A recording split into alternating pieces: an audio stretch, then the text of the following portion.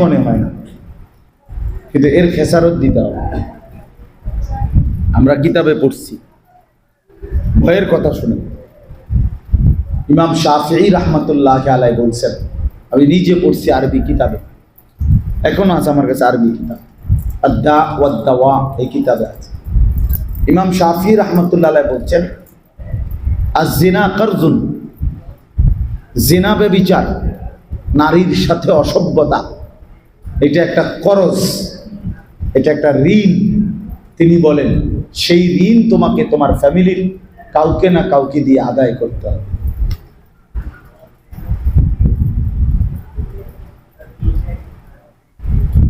তুমি জানো না, এর খিসারত তোমাকে দিতে হবে দুনিয়াতে।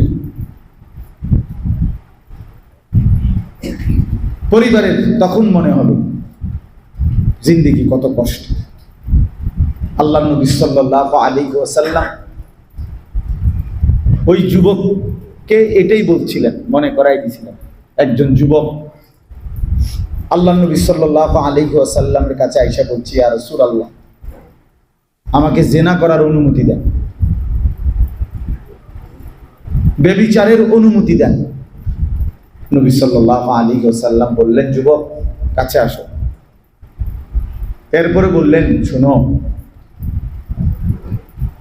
তুমি কি এটা পছন্দ করো যে তোমার বোন তার সাথে কেউ জিনা করুক?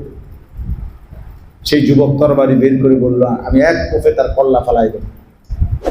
আল্লাহ নবী সাল্লাল্লাহু আলাইহি ওয়াসাল্লাম বললেন, তাহলে তুমি তার সাথে জিনা করতে চাচ্ছ, সেও তো কারো বোন, সে কিভাবে তোমার এই অপকর্ম সহ্য করে নেবে? নবী সাল্লাল্লাহু আলাইহি সাল্লাম এরপরে বললেন, যুবক তুমি কি চাও তোমার মা খালার সাথে কেউ জিনা করুক? সে বলল, না, অসম্ভব, আমি তরবারি দিয়ে গর্দান ফেলে দেব।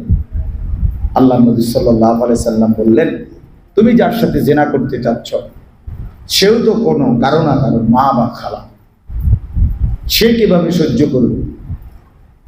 এইভাবে নবীজি একটা একটা করে তার আপনজন নারীদের কথা বলে তার বিবেক জাগাইতে চাইছে। এক পর্যায়ে সেই যুবক বলল, ইয়া রাসূলুল্লাহ, আমি বুঝতে পেরেছি, আমি আল্লাহকে সাক্ষী রেখে বললাম, এই গুনার রাস্তায় আমি আর কোনোদিন যাব। তখন আল্লাহ নবী সাল্লাল্লাহু আলাইহি ওয়াসাল্লাম ওই যুবককে কাছে আইনা বুকের মধ্যে হাত রাইখা তিনটা দোয়া করছেন নবীজি। এই যুবক সাহাবী তিনটা বাক্য বলছেন নবীজি, দোয়া করছে আর কি ওনার জন্য। আল্লাহুম্মা গফির যামবাহু, এক নাম্বার বলছে, আল্লাহ যুবকের গুনাহ পিছনের মাফ করে দেন। দুই নাম্বার, অতাহহির কলবাহু, আল্লাহ এই যুবকের দিল পবিত্র করে দেন। তিন, ওয়াহাসসিন ফারজাহু, আল্লাহ তার লজ্জাস্থানকেও পবিত্র রাখবার তৌফিক দান। কি শানদার দোয়া!